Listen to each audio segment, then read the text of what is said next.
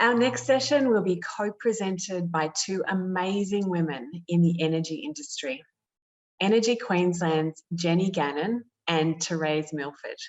Jenny is the manager of Energex and Ergon Energy's generation and customer standards team, and she holds a master's degree in power generation engineering. With over 15 years of experience delivering innovations in the technology and standards space, Jenny recently delivered Australia's first dynamic DER customer connection standard. She was a young leader for Standards Australia in 2017, as well as the Australian International Electrotechnical Commission, the IEC, Young Professional in 2018. And Dr. Terese Milford is a senior engineer in Energex and Ergon Energy's Networks Intelligent Grid New Technology team.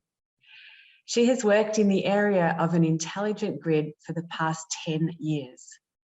Her most recent focus in work is on developing and deploying advanced network analytics tools to support a data-driven, digitally enabled and cost-effective integration of renewables and distributed energy resources into the electricity network.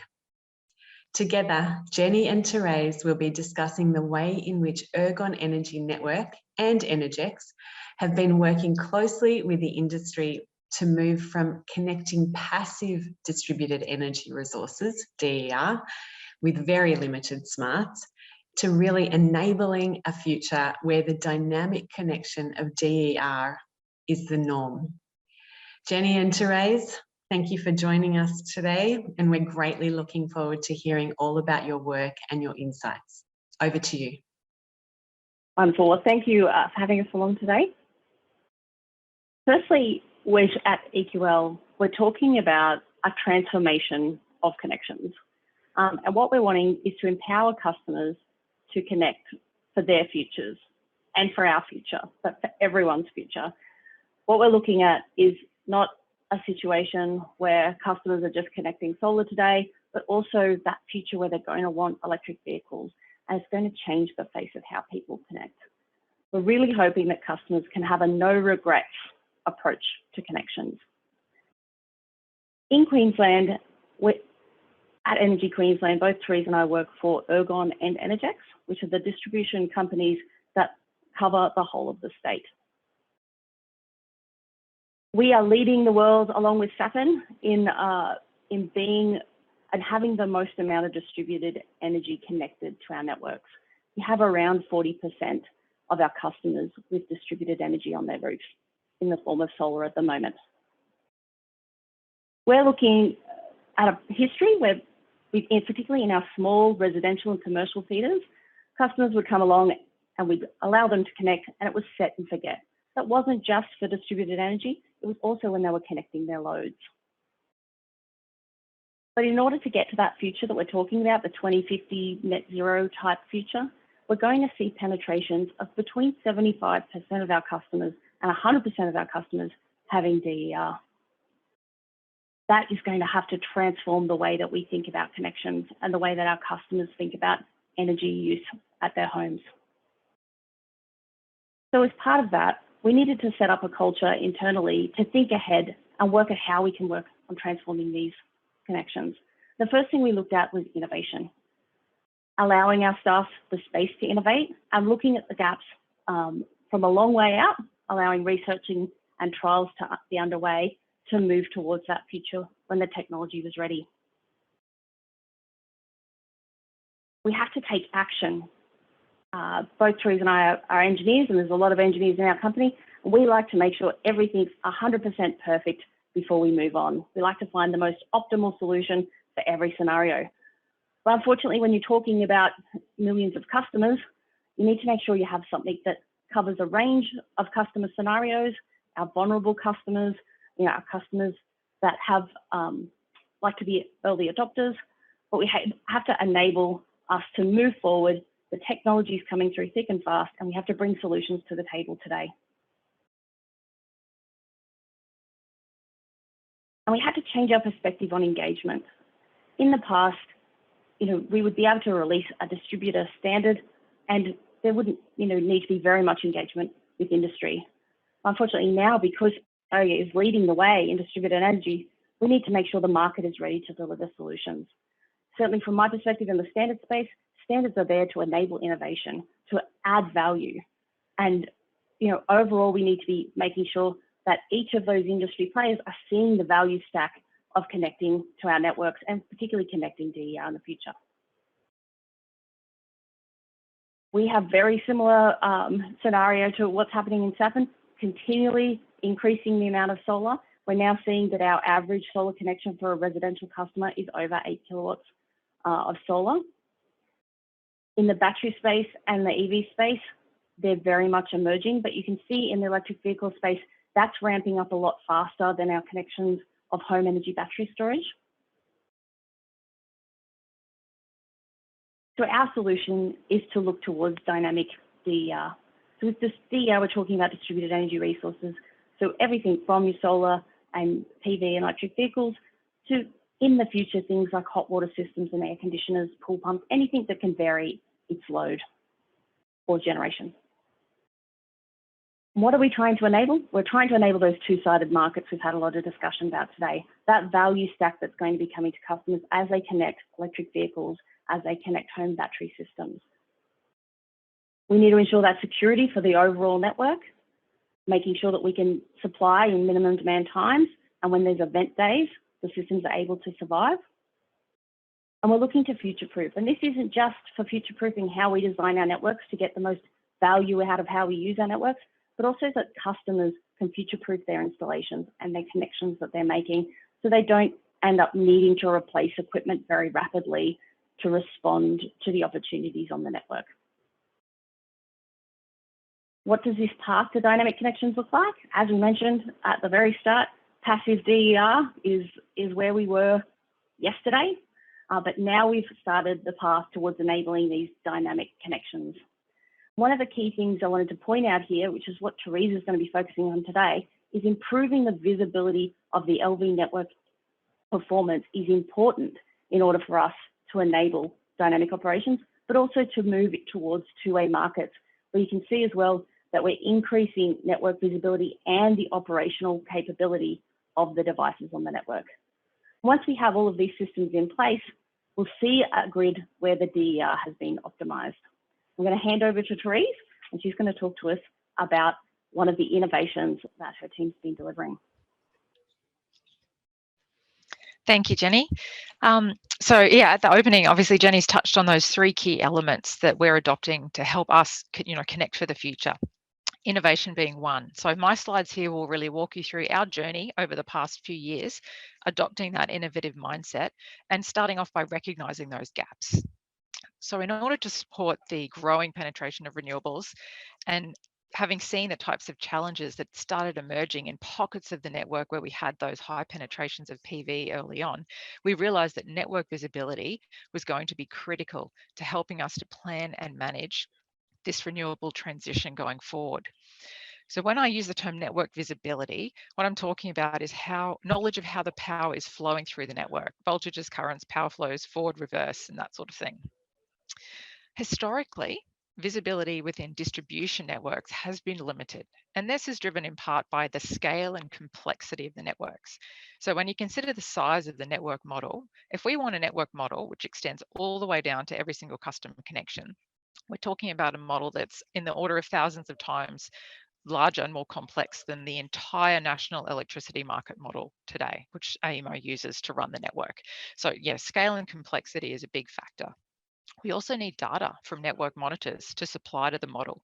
Again, there's a cost element here. Where distribution networks have invested in monitoring, it's largely driven by what we've needed to safely and cost effectively operate the network in the past. So at higher voltage levels, we'll have reasonable coverage, but then the further you go downstream towards the customer, the less visibility we have. But this is an area that we're going to see so many renewables connected in. So, that downstream low voltage network, visibility of that is so important. Next slide, I think. All right, so we teamed up with universities. This is a number of years ago, 2017, we started this project. We teamed up with universities, other networks, City Builder in Springfield, as well as other industry groups, Australian Power Institute, Energy Networks Australia, and it was all we were all part of an arena-backed initiative to explore how we could use a tool called state estimation to improve network visibility using available network monitoring data. State estimation is essentially a technique which combines monitoring, a network model, and then some statistical information about your network customers and loads to create a best estimate of the operating state of your network at a point in time. So the project was a success, and out of it, a company called GridCube was formed.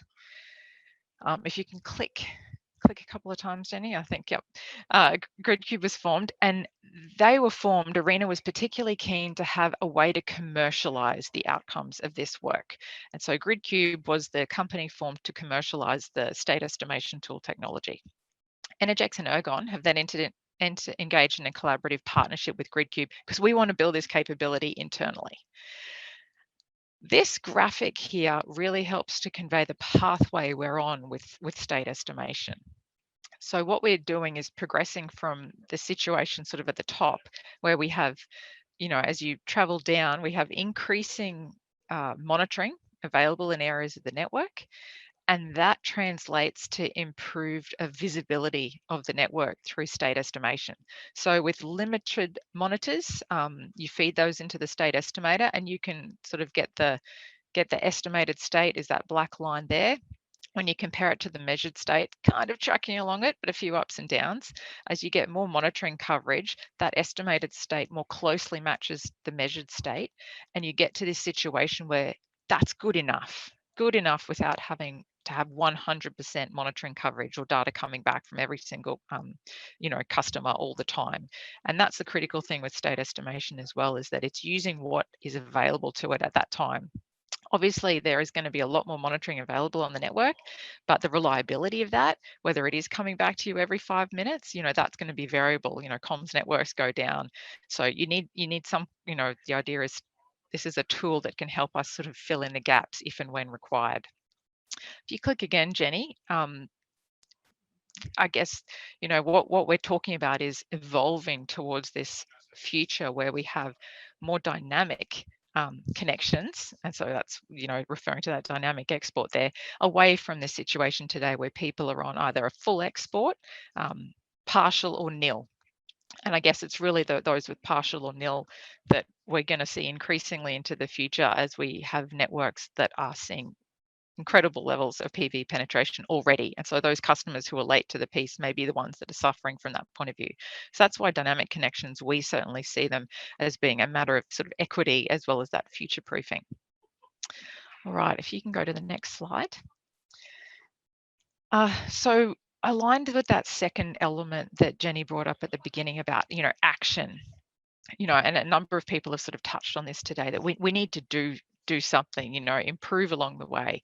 We don't want to wait until we have the perfect solution before we take steps in this space, because things are moving too fast. So Energex and Ergon have been building a technology platform to support dynamic connections. And we're adopting really this stage process. The idea is you do something now, you refine it, and then move on to the better version in the future. So at stage one here, we're looking at where we have real physical network monitors in the field. So this little graphic is just sort of representing a bit of a medium voltage feeder down to a transformer, which happens to have a monitor on it. We've got a dynamic operating envelope enabled PV system on the roof of one of our depots, and then the internet and some APIs in the background. So what we're doing in this situation is we're using the data from this real physical monitor. We're grabbing it every 5 minutes. We're doing an assessment based on what that's telling us that the network is performing like, and then we're publishing an envelope out to that customer. In the next stage, this is where I should mention, this work was submitted to the Clean Energy Council, and we're actually a finalist for the Innovation Award last year. The next stage is where, as I mentioned, not all areas of the network, particularly sort of on that low voltage level, have physical monitoring. So this is where we say, okay, let's assume that the network we're interested in enabling this operating envelope for the customer, it doesn't have a physical monitor. What other monitoring is available on that local area to give us enough information to supply to the estimator so that we can effectively calculate a virtual monitoring point for that location and use that to drive the dynamic operating envelope calculation. And if you click, this award was part of the ENA's Innovation Awards, and we made it to the finalist level there, but I believe SA Power Networks took it out that year, so well done. The next stage, stage 3, is about not only using state estimation, but also a more advanced optimization process to determine what that operating envelope should be. And where we use the local network, we really only have visibility of what's going on there. But by incorporating that state estimation process, we can also take into account constraints that might be present on other areas of the network, neighboring low voltage networks, the medium voltage feeder, that we otherwise, it's more challenging to consider those in a truly optimized way. And this one, if you click again, this one we were very proud to have won the ENA's Innovation Award this last year. So I think that was there late last year. And so we were very excited about that because it has been something that we've been working towards for a number of years, building this up. And the last stage, stage 4, is really about then taking this to the next level, all the way down into the low voltage network, modeling to the customer connection point if that's required. But what we're hopeful of is that by modeling at that medium voltage level down to the low voltage terminals of a distribution transformer, that'll probably be enough to get us really good visibility and enable these dynamic operating envelopes for a wide range of customers across Queensland. And I think this is my last slide. So here I just wanted to sort of try to bring it home as through a bit of a customer case study. So here, for example, we're talking about a customer who has a 100 kVA system on their roof. I think it was as a small business, so not residential, but a small business customer. And they are the ones that are often assessed and may result in a nil export. So in this case, yeah, we couldn't grant this customer full export based on the levels of penetration on the network, where they were located on the network. And so what we've done here is the customer ended up, rather than going for a smaller partial export, I think it was simpler for them that they've just adopted a nil export at this site. The network, when we calculate the operating envelope for this network, it can't accept that, 100 kilowatts from that site exported into the grid every moment. And what you can see is that operating envelope honestly changes all the time. And that's something that I don't know that customers necessarily have an understanding of the grid. They probably don't want to have an understanding of the operation of the grid at this level.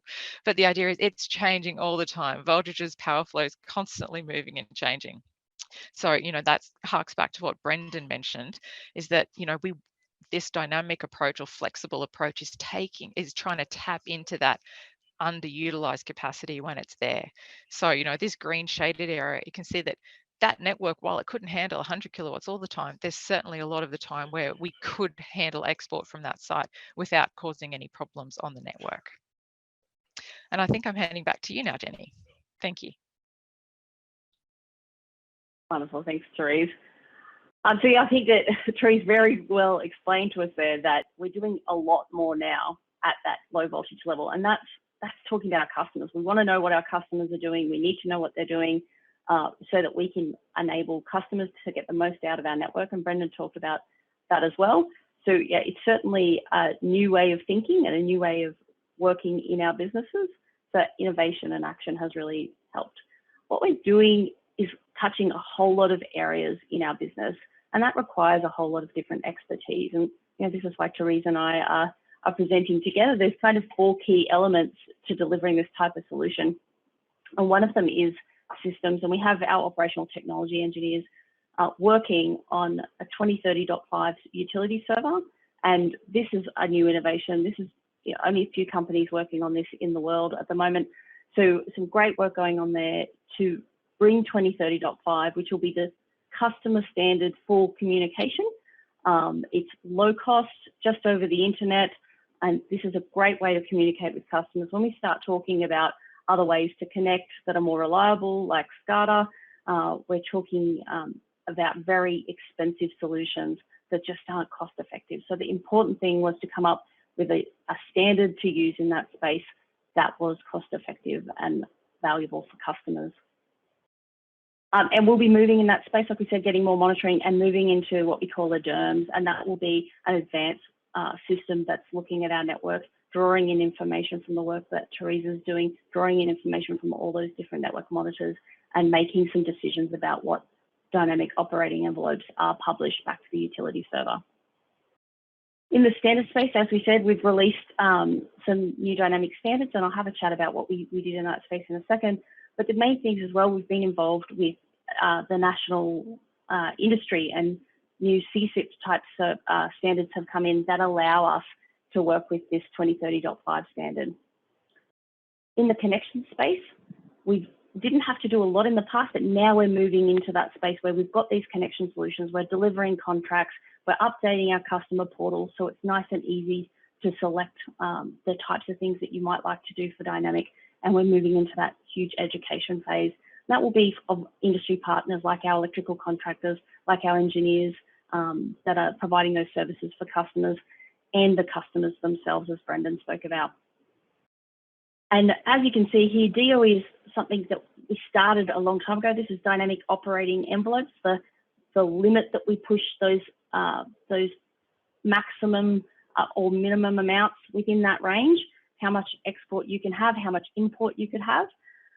We've been working on that for a long time with the state estimation. That's a lot of new development not being done elsewhere in the world. And so we've moved through that trial phase. Now we're moving a lot more DOE development to go, but we've got a solution for DOE.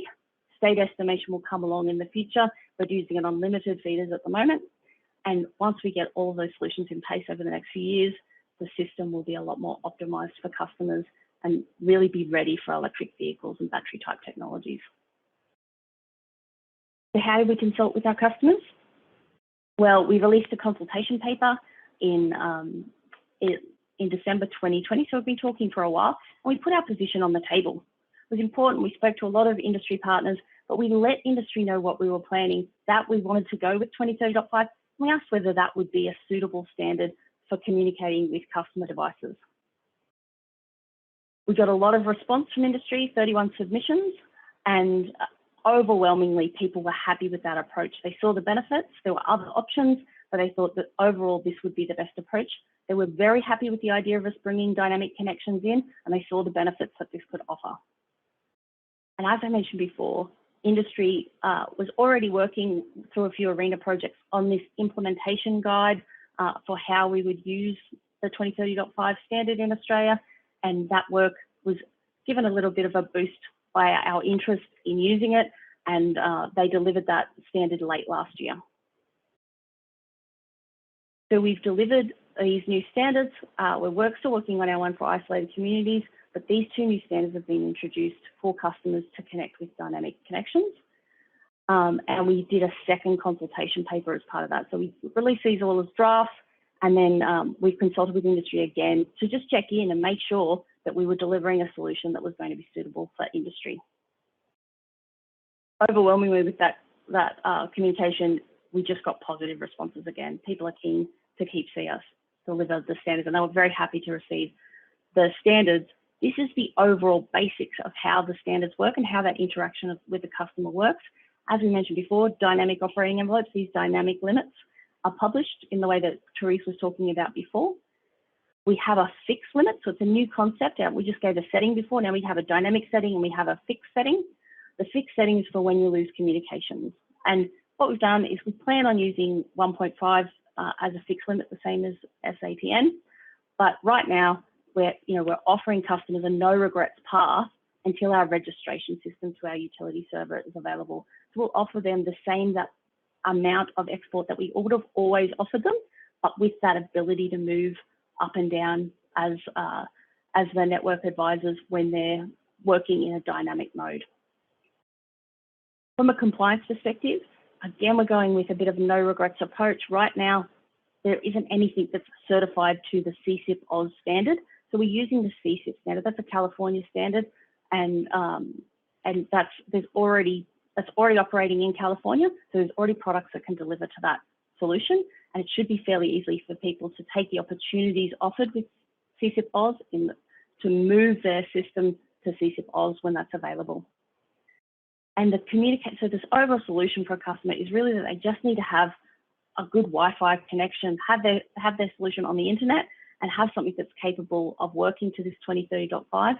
Overwhelmingly, it is a very inexpensive solution. It may cost the customers nothing more if their inverter can manage that through the manufacturer. So who's interested right now? Who have we delivered this solution for? Well, the people that are getting those constraints. So that example that Terese had was a great one. They've been offered zero export when we did our kind of no risk solution where we do a fixed setting and we know that that's going to work for you for the next 10 years. We get a number of customers that get around kind of 13% in our commercial size system, get a zero export, and another 20% get partial export outcomes. So those customers are going to be very interested in moving towards this dynamic, particularly while we're giving a no regrets type approach with our fixed export limits, so they can trial it and they can let other customers know how well that's been going for them. We've got some constraints on our single phase, and there's a lot of customers who are wanting to connect more and more batteries, more solar. Like we said, solar is now 8 kilowatts. Our upper limit is 10 kilowatts. So being able to move beyond that is really exciting for some customers. And look, our isolated networks, we've got a lot of mini grids in the very remote areas of our networks, primarily Indigenous communities, and there's a lot of interest there in connecting renewables. They've got some unique challenges, and we've been offering dynamic connections in some of those communities for several years now, done some very successful trials in those spaces. And our favorite type of customer right now for this dynamic is the early adopter, people who want to give it a go. You know, we're making this as an option that people can have on all our LV networks. And so those early adopters are going to be able to show other people how well this type of solution, as Brenda mentioned, there's nothing to lose by going to this type of solution. So we really want those examples to show other people. So just a summary, as we mentioned today, the key areas in order to enable those connections for the future is innovation. And we've been investing in a long time on innovation, and we're doing the next project and the next project, a lot of continual innovation that's going on. And I live up here in Cairns, and we've got a couple of innovation centres here, one for microgrids and a trial centre for a lot of new technologies like StatComs and batteries. So yeah, some exciting work going on across the business. That action, the moving forward and making sure that we can enable solutions now and let industry deliver to us so that customers can have solutions when they're available and when they need them.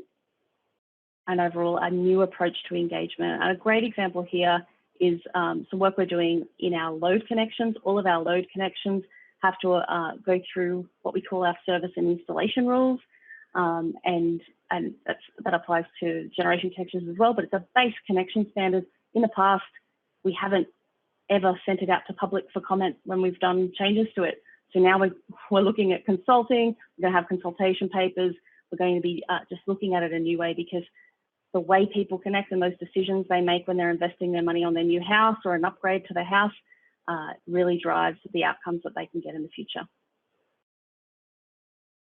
I think that's the end of our presentation. Fantastic.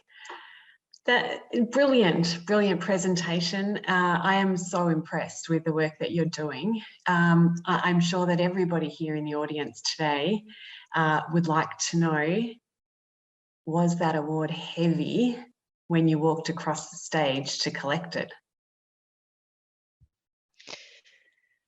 We didn't get to walk across the stage, actually. It was a virtual it was a virtual presentation. There was someone in the room to hand it over, and I think, yeah, we were very surprised but proud of Very that. good. And well, honestly, you know, and Sapin is right there with us in this path that we're forging towards these flexible and dynamic exports. So we're certainly talking to each other all the time as well.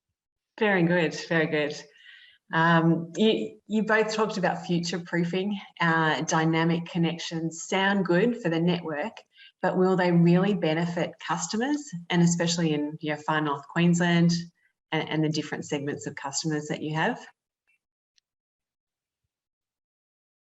It's just an exciting value stack that's going to be available to customers. So as we mentioned, customers are going to get more out of the network from the existing assets that they have, things like solar. You can export a little bit more and make that money that you get from your feed-in tariffs. But in the future, the really exciting thing is there'll be demands when the network price is high for extra generation. And if you've got a battery system, an electric vehicle, you'll be able to export at a time where you can make a lot of money back on the network. There's also opportunities where the system might be calling for a reduction in load, and you might be able to use your system in another way in order to turn things off. Or this dynamic DER really gives customers a uniform way to talk to the system and be part of that energy system. So it's pretty exciting for customers. The challenge is how that's going to be passed on to customers with the explanations and the education, so that customers can come in asking for that type of connection.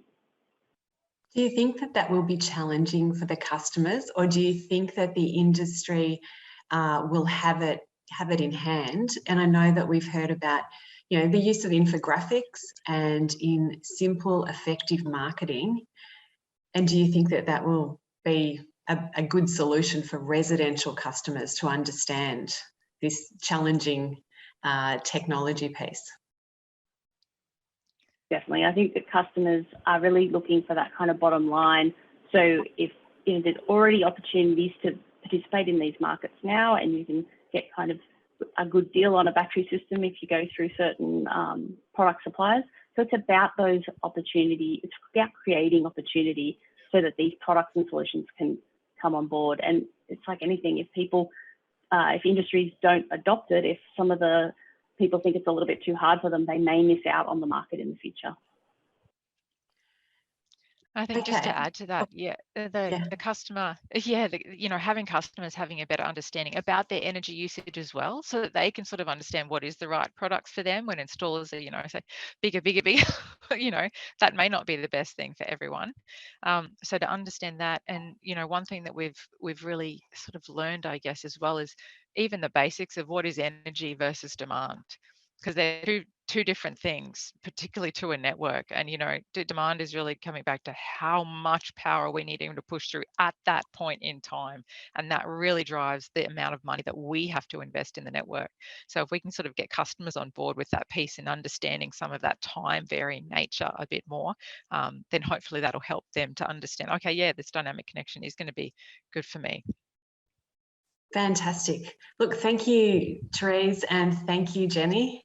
We've really enjoyed your presentation today, and well done. Thank you for participating.